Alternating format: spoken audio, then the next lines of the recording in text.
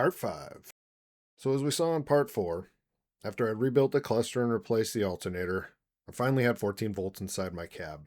However, the dang charge indicator was no better than how it all started. So I went ahead, ordered a set of 1.5-inch gauges. While I was patiently waiting for those, I gave a little more thought on what I wanted to continue on with. Instead of calling this the starting system, which is pretty much done, I'm going to go ahead and rename it electrical. On top of a new battery and relays, I also want to recoat the battery tray, which is already showing signs of corrosion. I'm going to change a little bit where the wires were routed, clean it up a little bit, and I'm going to go ahead and relocate where the starter solenoid is mounted. Another idea I had for the engine bay, I want to go ahead and take care of some fender rust. Going to add in a catch can a little bit later, and probably throw in some new motor mounts. However, that first thing I want to address is that really sloppy steering. This is due to this yoke here, which connects the shaft to the box. Man, this thing is so trashed. And I couldn't easily find a direct replacement. So I took the shaft off the 85. This here is the original coupler from the 85, but it also had a little bit of excessive play. So I ordered a universal yoke, put that on the 85 shaft, verified it didn't make it too long or too short, and went ahead and got that installed into the truck. However, that video is corrupt. Luckily, I'm finding a lot less of those lately. So as you can see, the battery tray is a little bit corroded here, so we're going to take that out. You can kind of see the new steering yoke right here. Take it to the big wire wheel and remove any scale and rust the big wheel would reach.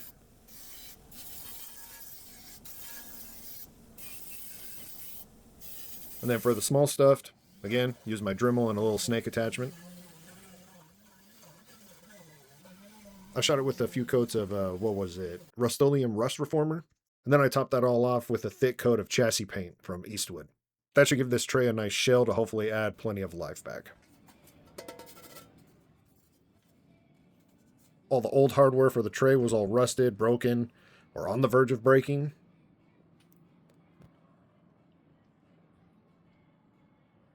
So I tossed that all out, and I'll replace all that with all new clips and bolts.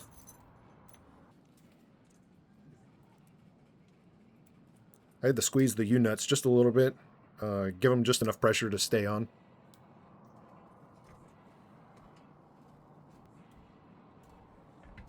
Now I'm going to go ahead and tackle that fender rust. All this formed under the battery tray, so I want to get that taken care of before reinstalling.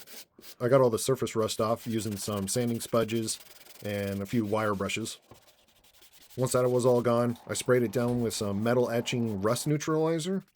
I worked that all in with a nice bristle brush, and then after giving everything a nice rinse down, making sure everything is clean of all the etching chemicals, I let it fully dry, came back, and did 2 coats of rust converting primer. And then on top of the rust converting primer, I added a few coats of Rust-Oleum flat black. I let that all sit and dry for a day, then reinstalled the recoated battery tray.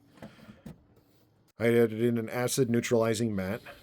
Finally able to put in the new red top Optima. Around the Optima, I added in a heat shield. And of course, after all that, I couldn't not put in a red anodized battery hold down, could I?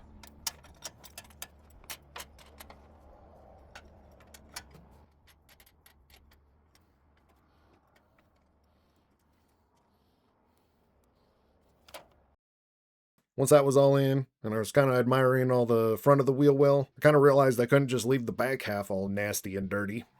So to tackle that, I had to get everything connected to the back of the wheel well out of the way.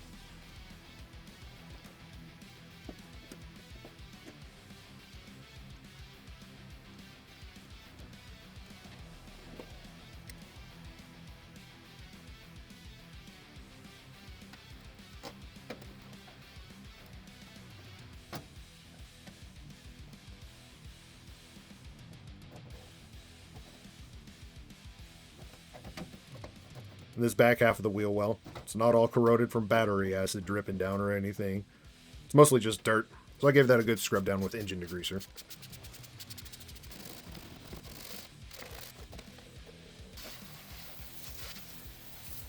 On all the holes and anywhere I saw a deep scratch in the paint, hit that again with the Rust-Oleum Rust Reformer. And since this whole area is still just mostly paint, that all got a good coat of self-etching primer.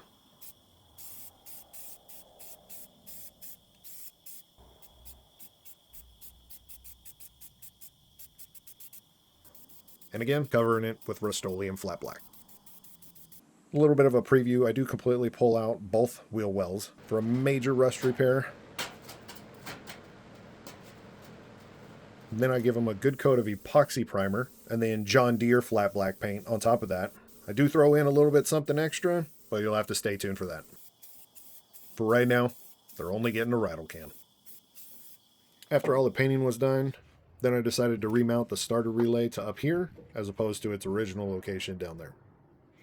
Moving it up here will allow the wiring to be a lot cleaner, and I'll start with that by shortening up this plug.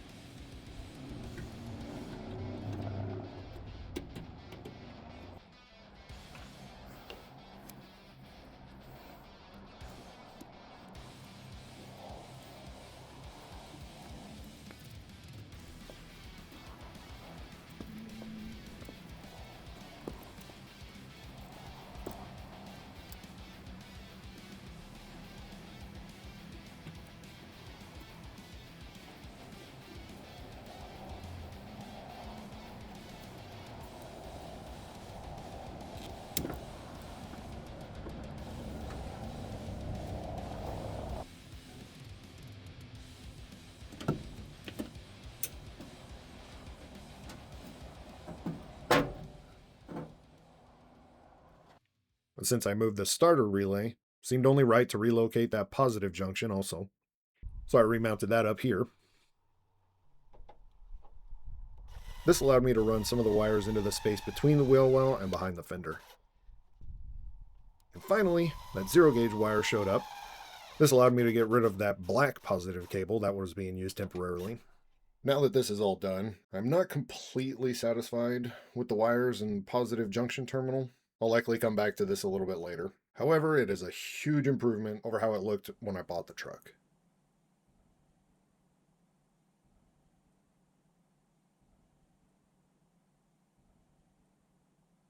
One last thing I want to tackle in this episode is the reverse lights. Those plug into the relay here. According to this diagram that I found, this wire feeds the reverse and neutral safety switch. Luckily, I've never had an issue with the neutral safety switch part, but the reverse lights have never worked. After looking over it, I'm not sure if the issue is with the switch itself, possibly the wiring harness, or the fact that someone spliced it all in and left it completely open to the elements. I was able to find a new switch harness on eBay, so I bought that, some weatherproof connectors from Amazon, and swapped out that bad splice job. And that's all that was needed, luckily. So now I have reverse lights. Alright, back to the all-powerful, all-knowing list. While I do get to cross off all the items on the electrical, that by no means it's done. I did get to eliminate that visible fender rust, or at least I thought I did, but we'll see more on that later.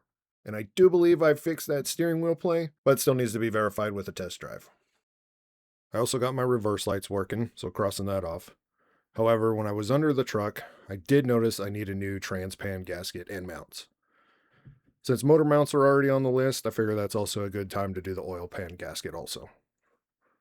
Next episode, I'll finally get some working gauges. I'm going to test out some polishing for the gauge plastics, and I'm going to fabricate up a tool. So, catch you guys then. Thanks for watching.